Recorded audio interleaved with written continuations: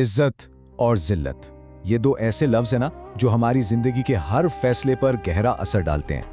لیکن کبھی سوچا ہے کہ اصل میں عزت ہے کیا اور ذلت وہ کہاں سے آتی ہے؟ چلیں آج نبی پاک صلی اللہ علیہ وآلہ وسلم کی ایک تعلیم کی روشنی میں ان سوالوں کا ایک بہت ہی سیدھا اور گہرا جواب۔ سب سے پہلا اور بنیادی سوال کہ بھائی حقیقی عزت آخر ہے کیا چیز؟ کیا یہ پیسہ ہے، طاقت ہے، بہت ساری شہرت ہے، یا پھر اس کی حقیقت کچھ اور ہی ہے؟ اس سوال کا جواب ہمیں کہاں سے ملتا ہے؟ یہ ملتا ہے حکمت کے ایک بہت پرانے خزانے سے، یعنی مسند امام احمد بن حنبل میں موجود نبی پاک صلی اللہ علیہ وسلم کی ایک حدیث سے۔ اور یہ وہ الفاظ ہیں جو سوچیں 1400 سال سے زیادہ ہو گئے اور آج بھی انسانوں کی رہنمائی اس تعلیم کا جو اصل مرکز ہے نا، وہ ہے عزت اور ذلت کے بیچ کا فرق سمجھنا۔ چلیں دیکھتے ہیں کہ یہ دونوں ایک دوسرے سے کتنے مختلف ہیں، ایک دوسرے کی ضد کیسے ہیں۔ دیکھیں، اس نبی تعلیم کا خلاصہ بہت سادہ ہے۔ عزت کا تعلق ہے اللہ کی دی ہوئی چیزوں پر راضی رہنے سے، یعنی قناعت سے، اور اس کے ٹھیک الٹ ذلت کی جڑ کہاں ہے؟ لالچ اور ہرس میں۔ تو یہ کوئی باہر کی چیز نہیں ہے، یہ تو دل کی ایک کیفیت۔ پھر سوال یہ ہے کہ اصل عزت حاصل کرنے کا راز کیا ہے؟ چلیں اس کو ذرا اور گہرائی سے عزت سمجھتے کا ہیں۔ سارا راز اگر ایک لفظ میں جاننا ہو تو وہ ہے قناعت۔ اس کا مطلب کیا ہے؟ مطلب یہ ہے کہ جو کچھ بھی اللہ نے دیا ہے اس پر دل سے مطمئن رہنا، خوش رہنا۔ اور یہ صرف صبر نہیں ہے، نہیں، یہ تو شکر گزاری اور ایک اندرونی سکون نبی کا نام اکرم ہے۔ صلی اللہ علیہ وسلم نے خود فرمایا، جو تیرے رب نے تجھے دیا ہے اس پر قناعت کر تو عزت والا ہو جائے گا۔ سوچیں ذرا، کتنی سادہ اور کتنی طاقتور بات ہے یہ۔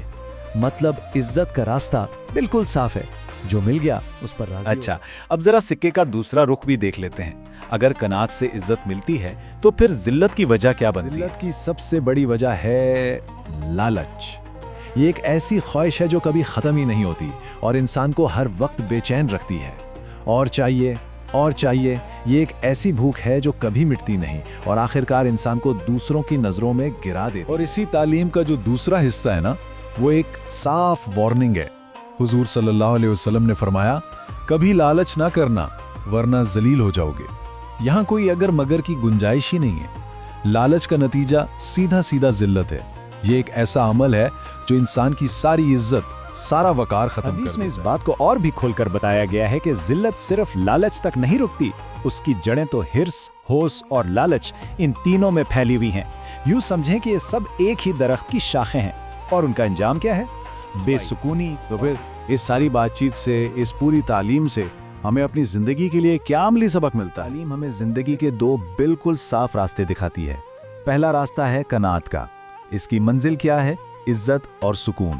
اور دوسرا راستہ ہے لالچ کا، اس کا انجام کیا ہے؟ ذلت اور بے چینی۔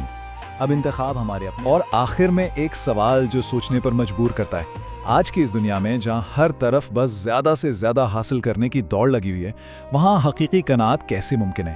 ہم اس پرانی گہری حکمت کو اپنی آج کی زندگی میں کیسے لا سکتے ہیں؟ یہ ایک ایسا سوال ہے جس پر ہم سب کو سوچنا چاہیے۔